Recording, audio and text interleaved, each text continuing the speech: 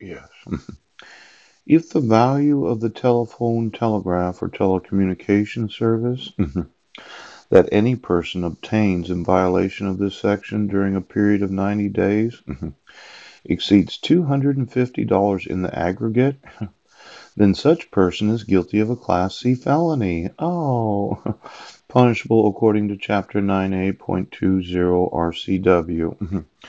Now, felonies mean that you could go to prison for this.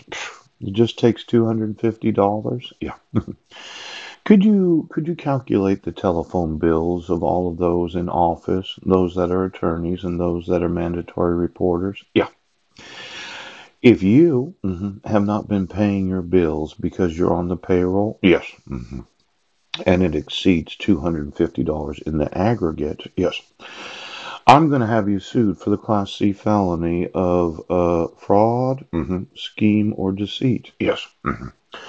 Now, for every individual in the Bible Belt that thought that since I'm on the payroll, I don't have to pay my own bills, yes, there's this idea that it is fraudulent to not pay your own bills.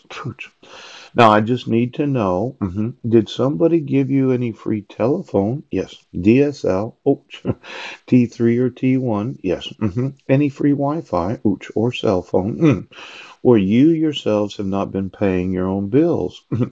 Now, as soon as I can add it up to more than $250, I will sue every politician, yes, for the trick, deceit, or fraudulent device, yes, where you said, well, I don't pay my own bills, I'm on the payroll. Because my thought is if you spent a little time in prison, it would help you understand the reasoning why there is a color of law. Now, I know that those in the family, yes, they like to watch the citizens' future. They like to take the electronics, yes. And sometimes they like to reroute telephone calls so they can be on each other and talk through each other. Yeah. And then there's this whole concept of reading where you come to find out what it is that you're supposed to know. Oh, maybe the United States military could just look at the routing of all cell phone calls. Yes, all text messages. Right. And then the use of each and every smartphone and find out, are the telecommunication providers in the Bible Belt where they recently passed this legislation, have they in some way enriched themselves at the cost of the citizens they are to represent? Now, I would say, yes, for every Wi Fi provider, poop, all the hotspots, ooch.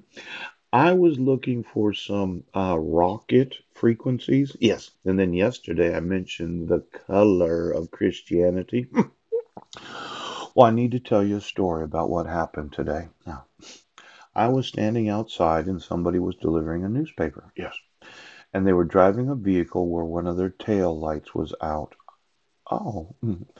And I'm one of these that will tell somebody when I think they should be concerned about their personal life situation. And I kind of yelled across the street, do you know that your tail light is out? And the individual, I guess they didn't know because the guy got out of the passenger side that was delivering the newspaper. Yeah. He opened up the trunk. Yes. And he adjusted the tail light so that both tail lights worked. Now, he would not have known if I had not told him, yes, that his tail light was out. Now, when we think of the trunk of the car, we think of the actual vehicle ownership of all those in office. Yeah, nobody gave you a car, did they? Why don't you get me the VIN numbers of every mandatory reporter? Ouch, the Lord gave you that, did he? Get me the VIN numbers of every vehicle that's been owned, yes, by every person that I can sue in the Bible Belt right now because